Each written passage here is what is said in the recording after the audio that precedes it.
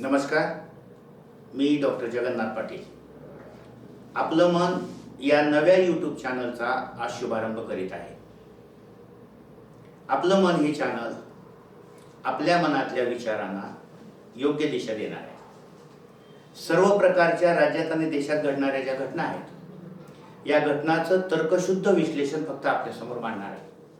अयोध्येमध्ये 22 जानेवारी रोजी होणाऱ्या प्रभू रामचंद्राच्या मूर्तीच्या प्राणप्रतिष्ठेचा कार्यक्रम, या कार्यक्रमामध्ये संपूर्ण देशभरातून विरोध करणारी मंडळी आणि जगद्गुरू शंकराचार्यांचा विषय, असा हा आपल्या पहिल्या व्हिडिओचा विषय आहे. मी डॉक्टर जगन्नाथ पाटील या चॅनलमध्ये आपलं स्वागत करीत आहे.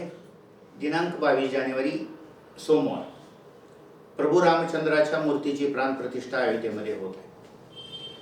खरं म्हणजे हा कार्यक्रम प्राणप्रतिष्ठेचा कार्यक्रम नाही, हा जीर्णोद्धार आहे.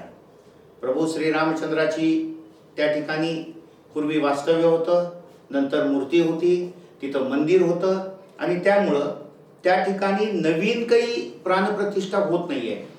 माझ्या दृष्टीनं तो जीर्णोद्धार आहे आणि हा नवीन स्वरूपामध्ये होत असलेला जीर्णोद्धार अतिशय भव्य स्वरूपामध्ये होत आहे. इतकंच काय, यापुढे अशा जीर्णोद्धाराच्या कार्यक्रमासाठी पौष महिना योग्य मुहूर्त नाही, बांधकाम अपूर्ण आहे, असे जे काही मुद्दे राम मंदिराला विरोध करणारे, राम मंदिराच्या प्रभू रामचंद्राच्या प्राणप्रतिष्ठेला विरोध करणाऱ्या लोकांनी उपस्थित केले, ते या ठिकाणी गैरलागू आहेत.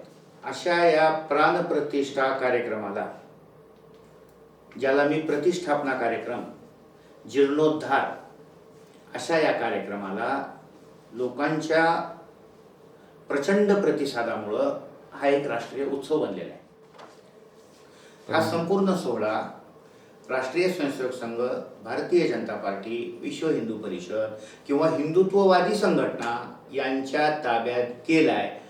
याचं उत्तर होय असंच आहे.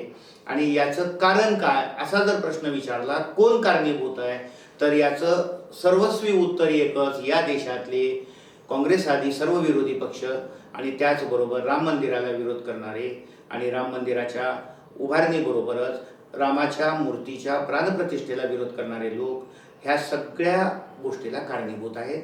आणि त्यामुळं हा संपूर्ण सोहळा आजच्या घडीला राष्ट्रीय स्वयंसेवक संघ, विश्व हिंदू परिषद आणि भारतीय जनता पार्टीच्या ताब्यात गेलेला आहे.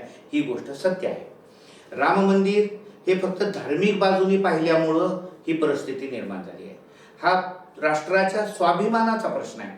त्या मंदिराचं निर्माण करणं म्हणजे फक्त राम मंदिर उभा करणं किंवा एखाद्या मंदिराचा जीर्णोद्धार असं नसून, हजारो वर्षापासून एखाद्या मंदिराला पाडणं, एखाद्या मंदिराचं अस्तित्व संपवणं म्हणजे त्या देशातील सर्व लोकांच्या श्रद्धेचं, त्यांच्या स्वाभिमानाचं नष्ट करणं, असा तो मुद्दा आहे. आणि त्या दृष्टीनं हे पाहिलं पाहिजे की हा राष्ट्राच्या स्वाभिमानाचा विषय आहे.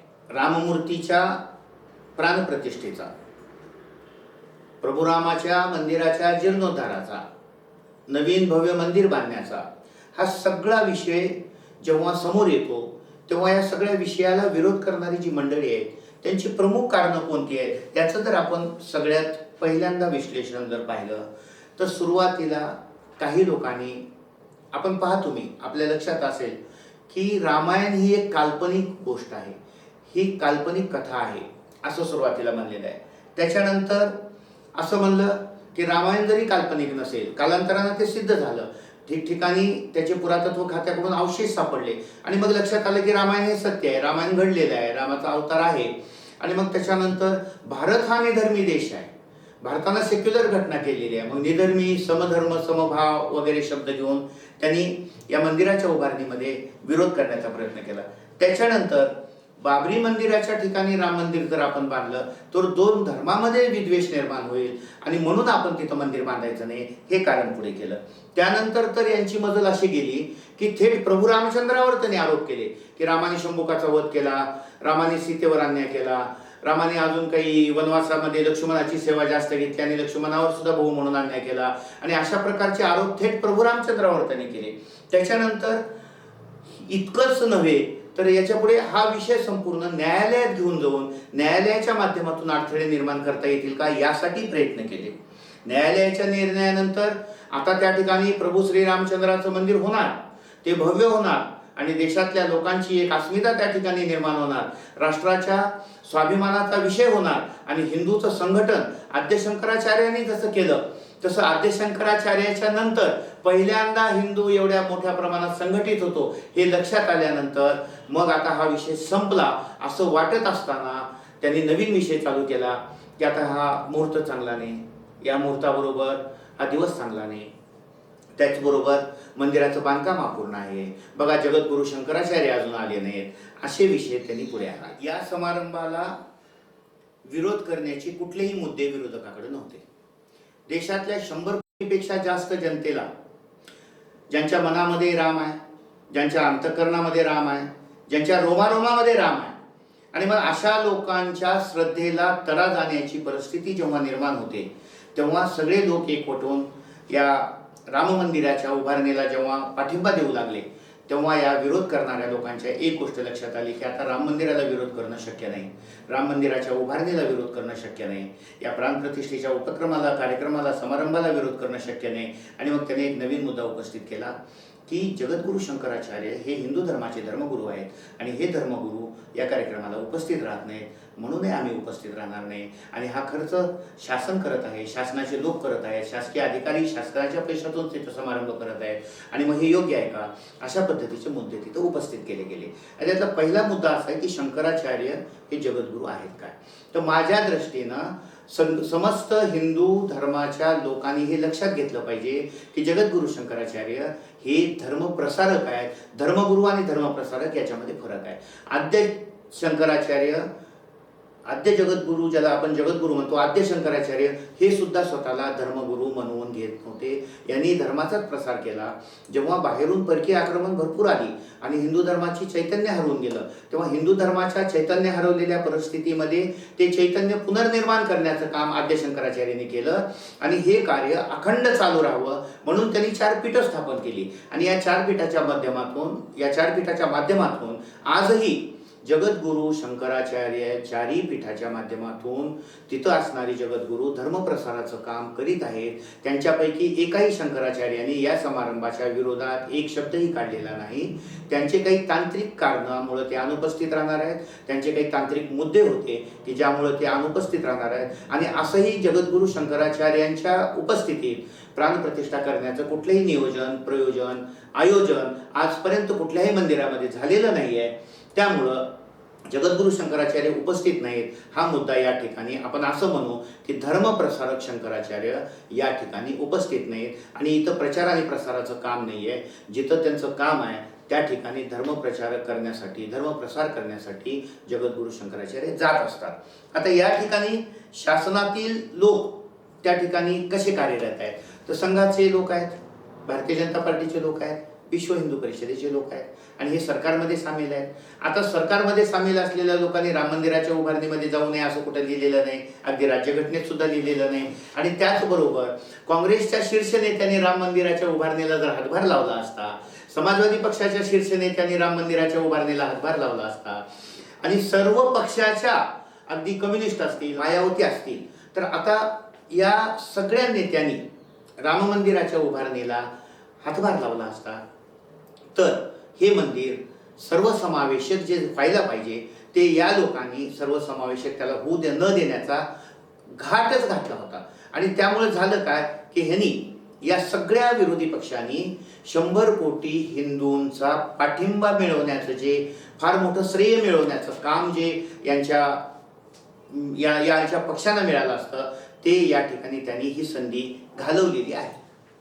आजपर्यंत केलेला विरोध, आजपर्यंत निर्माण केलेल्या अडचणी, आजपर्यंत राम मंदिराच्या उभारणीमध्ये वेळोवेळी न्यायालयात जाऊन, वेळोवेळी विरोध करून, वेळोवेळी लोकांच्या मध्ये संभ्रमाचं वातावरण करून निर्माण केलेल्या अडचणी, या सगळ्या कामाचं प्रायश्चित्त, या सगळ्या कामाचं परिमार्जन करण्याची संधी विरोधी पक्षाला होती. ती म्हणजे 22 जानेवारीला स्वतः सर्व पक्षाच्या कार्यकर्त्यासह सर्वांनी तिथं जाऊन श्री रामचंद्र प्रभूंचं दर्शन घेऊन त्याचं प्रायश्चित्त करणं गरजेचं होतं.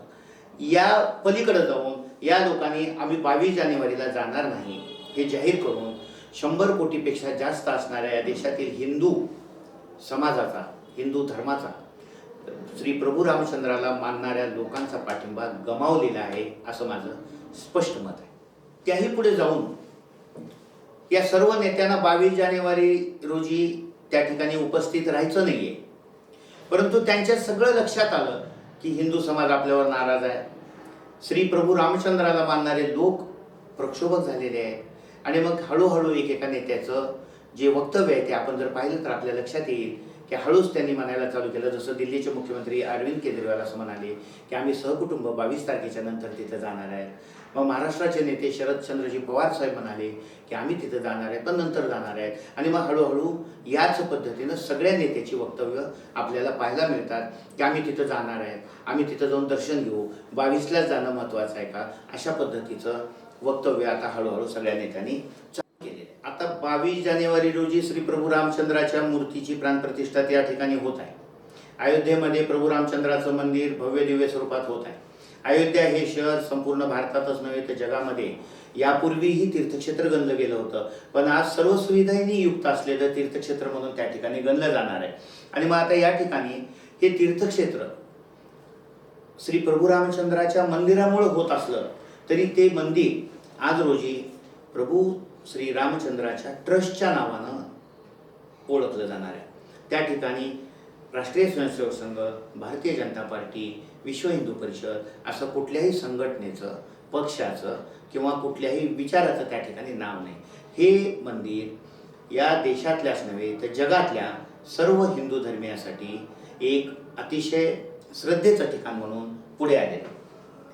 आता या राम मंदिराच्या संपूर्ण समारंभाला मी माझ्या यूट्यूब चॅनलच्या वतीनं शुभेच्छा देतो आणि आपणही 22 तारखेचा हा कार्यक्रम शक्य असेल तर अयोध्येला जाऊन, अयोध्येला जाणं शक्य नसेल तर आपण ज्या ठिकाणी जिथं श्रीरामचंद्राच्या मंदिराच्या ठिकाणी जाऊन आणि त्याही ठिकाणी जाणं शक्य नसेल तर आपापल्या घरी आजूबाजूच्या वेगवेगळ्या देवाच्या मंदिरामध्ये जाऊन, कारण वेगवेगळे देव असले तरी आपल्याकडं सर्वाठही एकच आत्मतत्व मानलेलं आहे आणि एकच परमेश्वराचं तत्व मानलेलं आहे. म्हणून सगळ्या मंदिरात प्रभू श्रीरामचंद्राचंच अस्तित्व आहे असं मानून ज्या ठिकाणी शक्य असेल त्या ठिकाणी जाऊन आपण 22 तारखेचा सोहळा दैदिप्यमान करावा ही तुम्हाला माझी विनंती आहे. अशा प्रकारचे नवीन नवीन व्हिडिओ पाहण्यासाठी, नाविन्यपूर्ण व्हिडिओ पाहण्यासाठी आमच्या आपलं मन या चॅनलला सबस्क्राईब करा. धन्यवाद.